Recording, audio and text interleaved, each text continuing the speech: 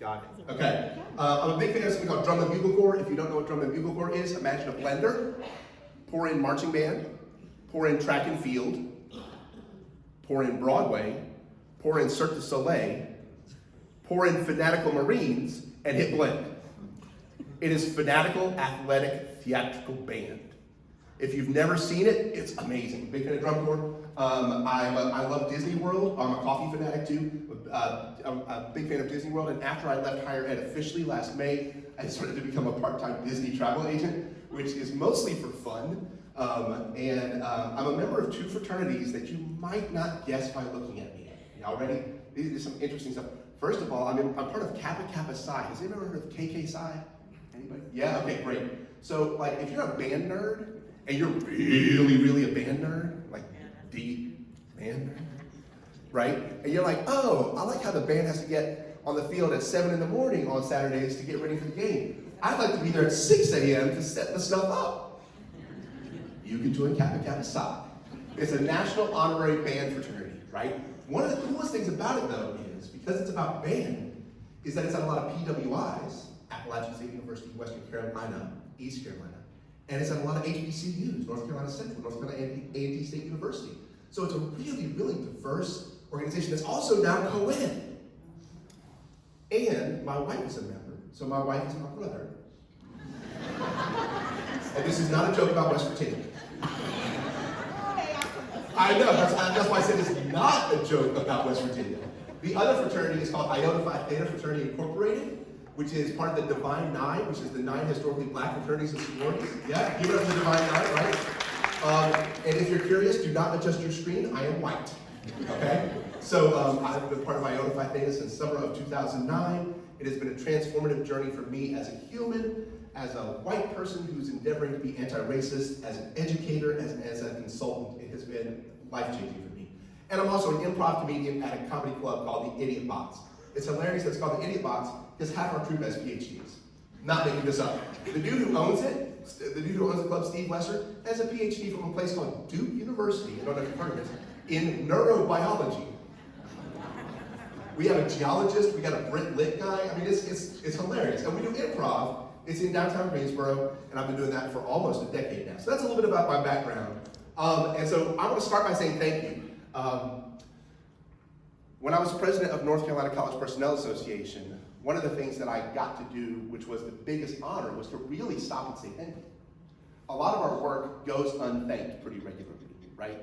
Sometimes we're privileged enough where students in the moment get it and are able to thank us, and then sometimes not. Sometimes we're sowing seeds for thanks that may show up 10, 20, or never years later, right? That's part of our reality. But I want to say thank you for your work, the work that is obvious, and the work that's not obvious. And I'm going to talk a little bit about that as we go through this. I'm going to tell you about 4 things today, and I got to keep my eye on what time. This is 21:31. Am I on military time? What's going on? 21:31. Is that's military time? Wait, but it's the morning. Okay. Well, so are you going to give me the 5-minute sign? Can you give me the 5-minute sign? Okay, great. I was like 21:31. Gosh, it's like, what is that? 7:30 p.m. Okay. So I'm going to tell you about 4 general things. One is sometimes we know our impact and sometimes we don't. Sometimes we know our impact and sometimes we don't. Number 2, I'm going to talk about compassion fatigue. I don't really need to talk about it because y'all are already experts. Number 3, I'm going to talk about going from self-care to community care. We're going to be a little real about that, okay? And then number 4, I'm going to talk about your old why and your now why. Sometimes people say very conveniently and curtly, oh, just find your why. I'm like, I don't know. It left. It went on vacation for about 2 years, and I've been looking for it. Have you seen it? Have you seen it? No, yeah, okay, so we're going to talk about that, right? So I'm going to talk about this now. There are going to be some spoilers if you want to see these movies or read these books. So number 1, sometimes we know our impact, sometimes we don't. 2 great stories. One is Amélie, which is a French film from 2001. The other is a book by Mitch Albom. Some of y'all might know Mitch Albom. He wrote Tuesdays with Maureen. He's also a sports writer for the Detroit Free Press, and occasionally he's on ESPN as well. He wrote Tuesdays with Maureen, but he also wrote a book called The 5 People You Meet in Heaven, about a guy named Eddie. You know this book? Yeah. Spoiler alert, at the beginning of the book, Eddie dies. Because, 5 people you meet in heaven, right? But I'm going to tell you the story of Amelie. I'm going to tell you the story of Eddie. So there are spoilers. Amelie is a shy, introverted French woman in a small village in France. Very, very shy, raised by two very neurotic parents. Her mom tragically dies when she's little. And her father just never gets over it and sort of turns into a zombie dad, right? She's very introverted, she's very shy, she doesn't know how to socialize. By the time she's a young woman, a young adult, she's working at a cafe called the Two Windmills. And she has this moment, this epiphany. Now the head fake this would be epiphany because on the news, it's about Princess Diana's passing, right? If y'all can go back to that era. But then she finds this little treasure box hidden in the wall of her apartment. And she's like, this little treasure box, it's like toys and baseball cards and photographs. She's like, I want to find the person that lived in my apartment in the 50s. I want to give this treasure back to them. So she goes on this journey to find this individual. Dominique Rotudu is his name. I don't speak French, but that's how Rotudu, right? She tries to find him. When she eventually finds him and returns the box, it changes his life. She's sitting with him at a bar later. He doesn't know that she has delivered the box. She's done it anonymously. He does not know. He's sitting at a bar with her and they're talking. He's reflecting on this moment that he's just had. And he says, you know what? I haven't spoken to my son in 10 years. I think he has a child now. Maybe I should reach back out before I'm in a box. So, you know what Amelie does? She decides to go on a journey where she becomes a top secret prankster and do-gooder. She goes around her French village. There's a bully who's the grocer. And she pulls pranks. She sneaks into his apartment and like cuts his shoelaces, switches all his doorknobs so that they're the wrong way, switches his toothpaste and his foot cream. Like she starts pulling pranks on the local jerk and starts doing good things for the nice people in her French village, right? A top secret do-gooder. Nobody knows about her work. Only she knows. But they know about the impact. Y'all ever heard about conversations about intent versus impact? Y'all heard about this conversation? We'll talk about this a little bit more tomorrow. But the impact is known in her community, but they don't know it's her.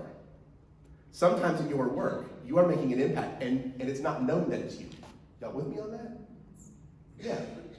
That the students, your colleagues, the people who are supposed to be benefiting from the work, your partners in the community, they don't know that it's you. And maybe that's not important at times, right? Let's talk about Eddie for a second. Eddie, much different story. Eddie goes off to war and comes back from war broken. His body is broken, his spirit is broken. He had wanted to be an engineer, and he comes back, and he doesn't become an engineer. Instead, he ends up working on a place called Ruby Pier, fixing carnival rides where children ride the rides, right? He thinks of his life as a failure. He and his wife never had children. His wife dies early of cancer, and he thinks he's a failure. Well, like I said, spoiler alert, if it's a book called The 5 People You Meet in Heaven, chapter 1, Eddie dies. I mean, sorry, if you're going to read the book later, you know. Eddie goes on this journey and meets 5 individuals, each of whom tells him a different story. And there is, by the way, this screenshot's from a TV movie. John Voight, some really great character actors that are in this movie. So it's very much worth checking out if you can find it streaming. And if you get to the end and don't cry, call me up. Because you got superhuman powers, because I cry every time I watch it. Eddie does not think he's made an impact. He does not think he's made an impact. These 5 individuals walk him through the journey, take him through the journey of, Eddie, this is the impact you actually made. So he's different than Amelie. Amelie knows what she's doing, but her community doesn't know that she is responsible for it. Eddie thinks he is an utter failure, and he's making impact he is not aware he is making. Y'all with me? Right? So I got to spoil it. I'm telling you, half the time you are Amelie, and half the time you are Eddie. Right? And understanding which is important. So I will tell you that scene in war, Eddie burns down a building, and he thinks he sees a child in the building, but he isn't sure. But he's plagued by his dreams for decades because of that moment. Right? He's in the Philippines, I think, and burns down a building. The ultimate moment of redemption is the final person he meets in heaven is a young girl who was in that building. She offers him forgiveness. And she says, you know what? You thought you were a failure, but I gotta tell you something. What job did you do again, Eddie? Tell me your job again. Oh, you fixed carnival games on a pier. Do you know how many thousands of children you've kept safe during your life? in that job that you didn't think was meaningful, you've done good for me. All right? Next, compassion fatigue. Oh my gosh, okay. I don't want to like do a show of hands of anybody born before 1980, but does anybody remember Calgon Take Me Away? It's like my test of like, here's a pencil and here's a cassette tape. You know how these things relate, right? Right. So I'm going to see if I can show this. And if there's no sound, I'll do a dramatic reenactment. This is some classic 1980s commercial here.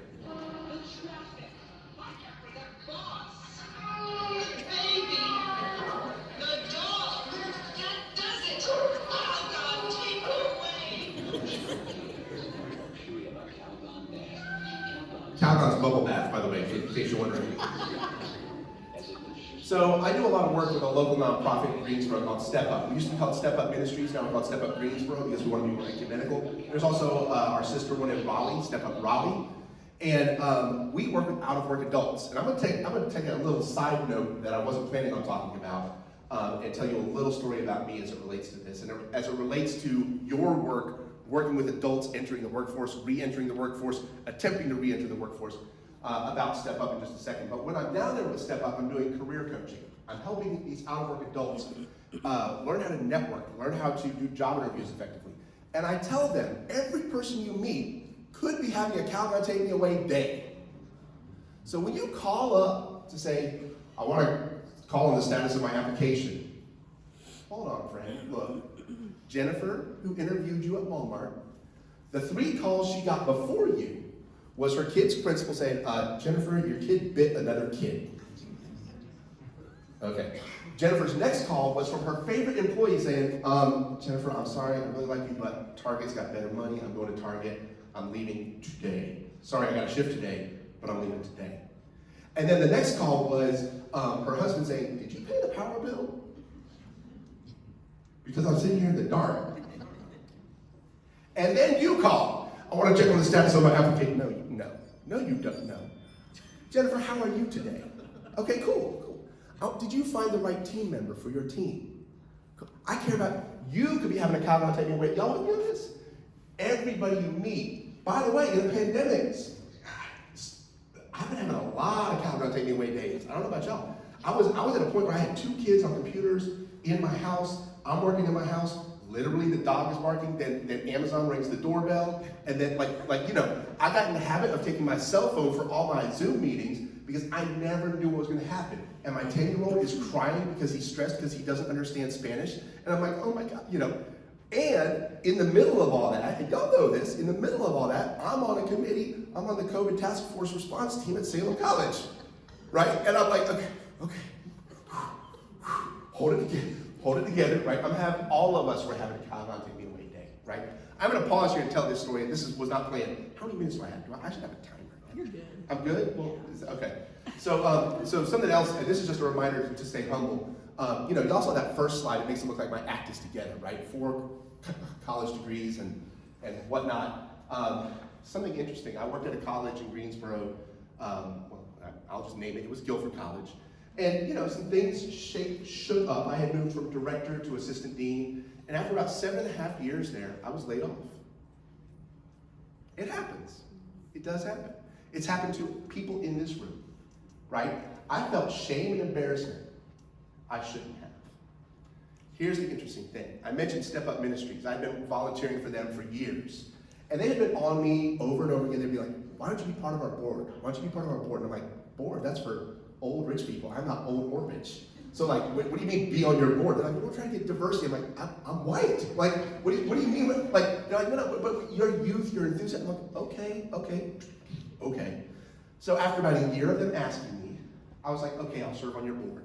They said, great. New board member orientation is July 31st. Cool. I was laid off from my job July 17th. 14 days later, I'm sitting at a board meeting as a member of a board of a nonprofit whose mission is to help out-of-work adults. And I've lost my job.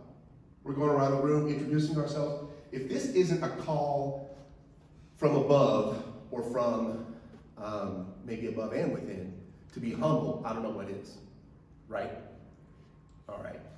That was just a side note, but I just felt like I could share that here. Uh-oh, we don't need to watch it again. Okay. Compassion fatigue. Any counselors? Anybody who's or has been a counselor in their times? Yeah, counselors. Yeah. Okay, I'm married to a counselor, right? Sometimes I come home and I'm like, oh, hon, this person at work, blah blah blah. And she's like, tell me how you feel. I'm like,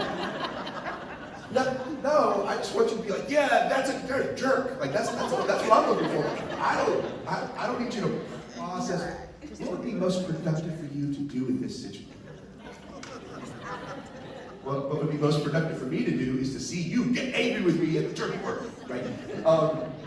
Counselors operate with this fundamental thing called unconditional positive regard. Unconditional positive regard. What that means is your client is coming in with an issue. The issue might be deep and dark. It might be kind of bad, right? But unconditional positive regard means you regard that person with a certain level of basic human dignity so that you can help them work through that. They may be suffering with addiction, right? They may be suffering with the after effects of abuse. And you are there to give them unconditional positive regard to help them through that. That's permeated a lot of our field in higher education, right? But it's interesting, because when I was a career center director at a Quaker college, if you don't know about the Quakers, it's one of the peace churches, like Mennonites, Quakers are opposed to war, right? It's part of the Quaker ethos. There are Quakers who serve in the military, but they serve in non-combat positions, right? Support positions. And I put here, Quakers don't like nukes. Trust me when I say that when I was an assistant dean of students at the only Quaker college in the South, and I would stand up in front of a first-year seminar class and say, students, your dream is worthy. All of your dreams are worthy. Come on into the Career Center. Tell us about your dreams. And then I had Jason. Jason's like, Dr. Mueller, I want to talk to you about my dream. I'm like, okay, come on, Jason, the other career counselors are busy, so I'll talk to you. What's your dream? He was like, I want to develop nuclear warheads. Unconditional positive regard, unconditional positive regard. I'm like, how do I sit here at a Quaker college at that and say, yes, let me help you network.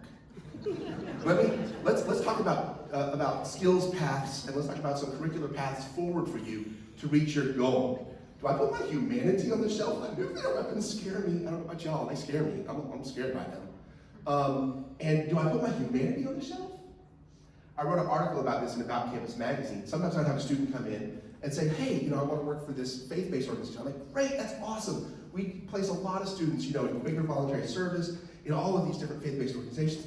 And then they mentioned the group, and I was like, oh, so I don't know if you know, but that particular group has a record of such and such, right? And some discrimination. And I'm not saying your dream's not worthy, but be aware. Dig a little deeper. And we're going to talk a little. If that one little sentence made y'all a little uncomfortable, don't worry about it. We're not going to go there until tomorrow. Get ready. So anyway, unconditional positive regard is a tall order. It really is. It really is unconditional positive regard. And so what I've come to believe is that I can unconditionally positively regard a person without necessarily regarding their goals positively. And we can have conversations. And these conversations are not easy, but we have to have them.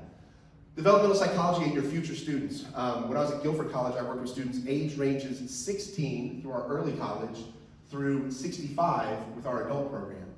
And sometimes, though, in particular, the 18 to 20 crowd thought they knew more than they did. Y'all have that experience? Some, maybe. My master's degree was in college student development, so I studied a lot of developmental psychology about college students, right? How might a first-year student make meaning different than a sophomore? How might a sophomore make meaning different than a junior? And let's read a book about Latina lesbians at predominantly white institutions and their developmental experience, right? Let's read the experience of black men at rural predominantly white institutions and their developmental experience. Let's look at a lot of different intersecting identities and their developmental experience. So y'all know my best tool when I was sitting across from that 18-year-old who knew everything? Y'all know my best tool? My number one tool was, I would say to myself, Stacy, and I'm saying this to myself, I am very much looking forward to meeting the 35-year-old you. And I think that you're telling me a truth that's going to still be there. But I'm going to say it in my head, like I think 35-year-old Stacy might say it to me. Y'all with me on that? Yeah.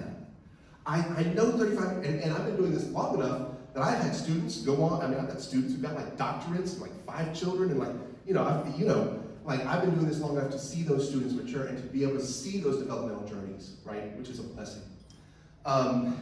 Next one, this is just funny. Okay, so anybody know Quakers? Any of y'all know some Quakers? Yeah, okay, so Quakers, it's a fascinating group. And one of the things is I grew up in North Carolina, so Winston-Salem, Chapel Hill, Mount Airy, Chapel Hill. I went to high school in Winston, went to college in Boone. I've lived in High Point, I've lived in Greensboro. I mean, I've covered the state. My dad is in Hickory, my sister was in Asheville, my brother was in Jacksonville. So I know where all the good barbecue is, which isn't the West, sorry. Mountains. Love the mountains, sorry. But we all know the truth about the barbecue. But at least we can agree in this room that South Carolina putting mustard on their pork, I don't know what that's, okay, sorry, some of y'all might be from South Carolina. No offense, but stop it. Don't put mustard. Oh, don't say that's, okay, sorry. Okay, so anyway, I learned the coolest phrase, right? I grew up in church, but also when I was in college, I was part of the Black Student Association Gospel Choir. I was the one white kid. I know there's sort of a theme in my life, if y'all picked up on this. But our director was a guy named Willie Fleming, he's now Dr. Willie Fleming, who was the Chief Diversity Officer of NCACCIA at Appalachian State University, founded their chapter of Alpha Phi Alpha fraternity, started their Black Student Association. He was an institution, and not just a predominantly white institution, but a predominantly extra white institution, because it's Appalachian State University, right? Okay, right? And so I grew up in churches where I regularly heard the word amen. And not just at the end of a prayer, but sometimes it's like, somebody said something you agreed with, amen, amen. Then I got in with the Quakers. Oh my gosh, y'all, this is so cool. This is so cool. The Quakers, they got amen too, but they don't call it amen. They call it friend speaks my mind. Friend speaks my mind. Sometimes they'll just say friend speaks. Friend speaks. So I was at like a board meeting with all the Quaker board members, and most of them weren't Quakers. And I had to explain to them that if we're in this meeting and somebody says friend speaks, like just in the middle, right? Friend speaks. That's amen. So you just translate it in your brain, it's amen. The coolest thing was when they started an acapella group, the acapella group named themselves, because acapella groups always have to have cute names. Like MIT is the MIT logarithms. Gotta have the cute name. The Quaker, they started one called Friend Sings My Mind, which was adorable. So the last thing I'll say about compassion, fatigue, and unconditional positive regard is if you ask 100 Quakers, Quakers don't agree on much. Really, they/we don't. But they believe on one concept called the inner light, right? If you ask 100 Quakers what the inner light is, you're gonna get 99 opinions. For some of them, it's about God. And for some of them, it's about human dignity. For some of them, it's about both, right? But let me say this, that one of the things that Quakers believe universally is that each person you meet is carrying the inner light. They may debate a lot about the nature of it, but they believe that each person you meet comes with that. Y'all with me? Yeah. Okay, how am I doing on time? About 25 minutes. 25 minutes? See, I might have time to spare, and I might do giveaways. No, just kidding. All right, so self-care, from self-care to community care. First of all, I just want to interrogate self-care. I don't know if you heard this, but I'm white. Did y'all hear that? Did I mention that? I'm a white person, right? I grew up in the United States. So there's a lot of things here, most of the things, but lots of things that were just sort of built by my people around my people's needs, right? Because we've read history, right? And so the idea of self-care to me is a little incomplete. I was raised literally by a German immigrant, Günther Herbert Siegfried Müller. I'm gonna tell y'all a real quick story about Günther Herbert Siegfried Müller. Y'all ready for this? Y'all wanna guess where Günther Herbert Siegfried Müller is from? It should be easy. Guess the obvious one. Germany, ja. Mein Vater war in Deutschland geboren, but then war 7 oder 8 Jahre alt, hat nach Amerika gekommen, right? What I just said is, my father was born in Germany, and when he was 7 or 8 years old, he came to the United States. I'm gonna tell you the story of Günther Herbert Siegfried Müller, because this is important. First, he was one of 6 children. When he immigrated to the United States, he was one of 3 children. His 3 oldest brothers died between when he was 0 and 8 years old. his 3 oldest brothers. So his first 8 years of life had 3 different knocks on the door. I'm sorry to tell you. Right. At the end of World War II, Germany was so utterly destroyed that they were living in poverty. He spent his first 5 years of his life living in a military barrack with his family.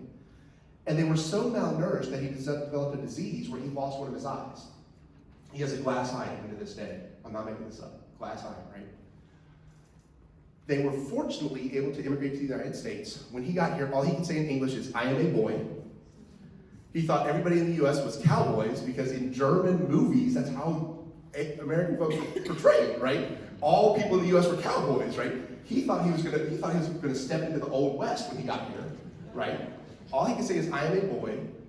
And all he came here with, himself, his brother Reinhold, his sister Renata, his mother Tosha, and his father Rudolph, all they came with is literally the clothes on their back.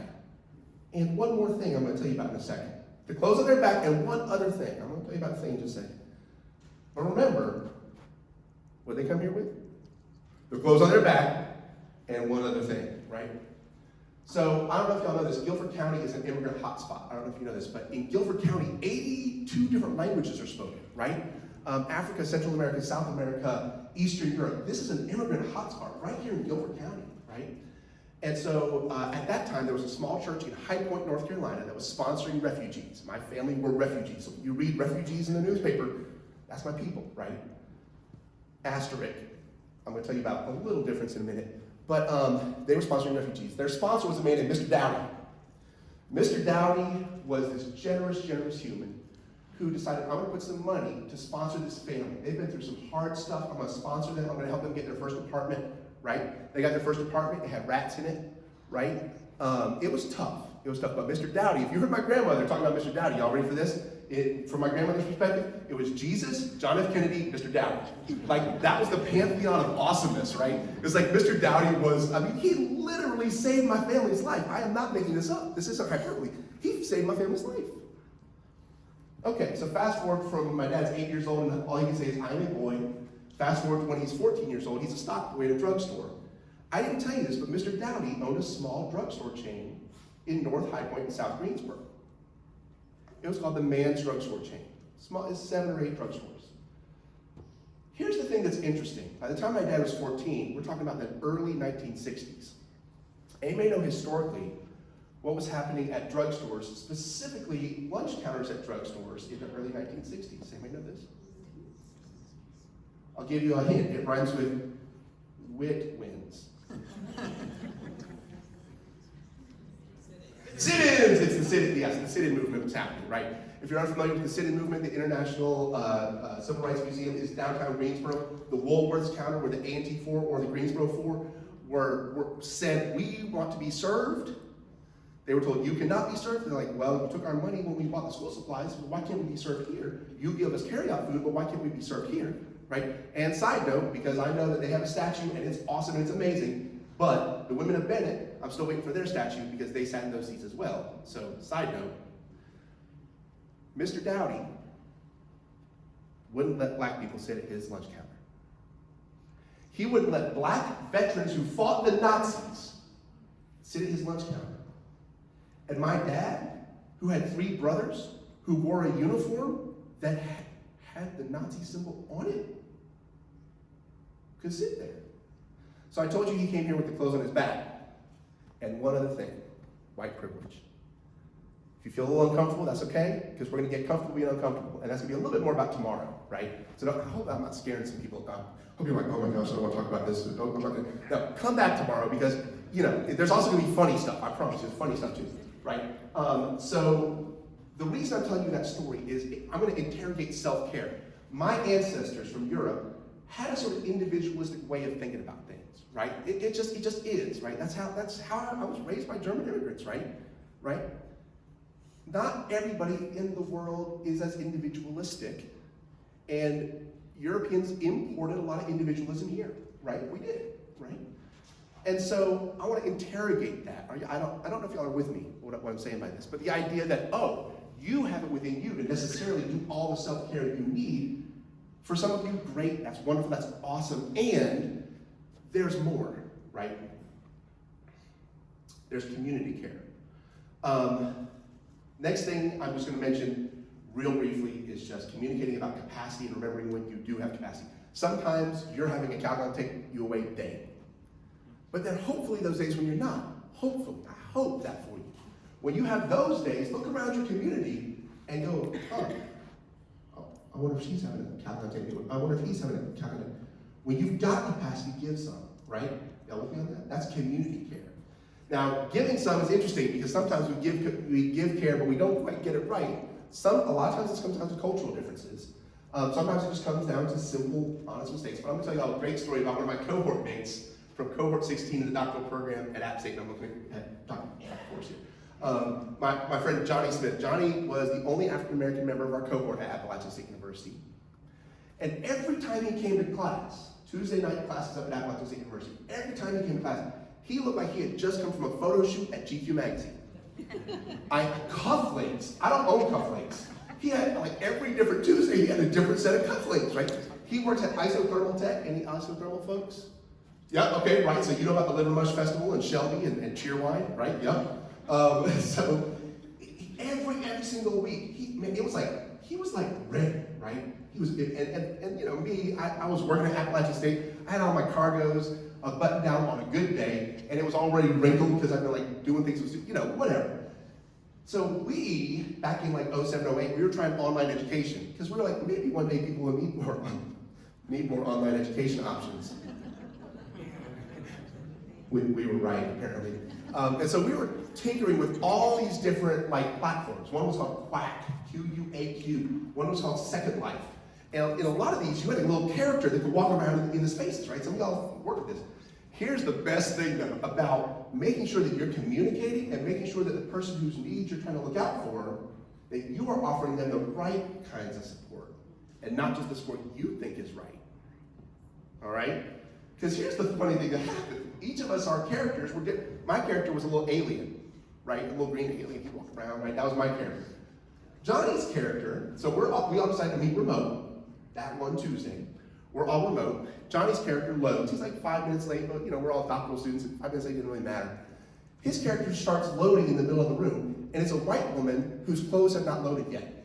So it comes with like stock underwear. I don't know if y'all seen The Sims, but it's just like basic underwear, white woman. And the funny thing is, class had started, but she shows up in the middle of the room because that's where the loading people, you know, when you're loaded. So we are all chatting Johnny on the side. Johnny, put on some clothes. Here's where it gets really funny. Johnny, at home, apparently, we learned, was wearing a tank top and thought we could see him through the camera. Oh, it gets even better. He runs into the other room, pulls on a sweatshirt. Then when he comes back, his white woman has loaded her clothes, and we're all like, that's better. And he still thinks we can see him. Next week, he's like, I didn't realize y'all could see me on the camera. And we're like, no, you had a semi-naked white woman in the middle of the room. We were telling you to put on clothes, and you, right? We thought we were helping you in a way that made sense for us and what we saw. Okay. So Johnny, put your shirt on. Let's see here. But are we right? Are we community? Yes. So a lot of times, what you might think you need, every other person doesn't have those same needs, right? And trust me when I say that my needs are informed by who I am, right? I'm the son of a German immigrant. I'm white. I'm college educated. I'm a male. And we're going to talk about this a little bit more tomorrow. But that doesn't mean that I can just take what I need and just sort of transport it onto anybody in this room and be like, well, that's clearly what you need, right? It's not quite like that, right? And if we wanted to know, hey, Johnny, what do you need? We can ask. Or do homework. There's more. We'll talk about that more tomorrow. Hey, y'all. You've got self-care homework for this evening. I'm going to take this moment to sip my tea. It's a QR code. I don't know if it's going to work from this distance.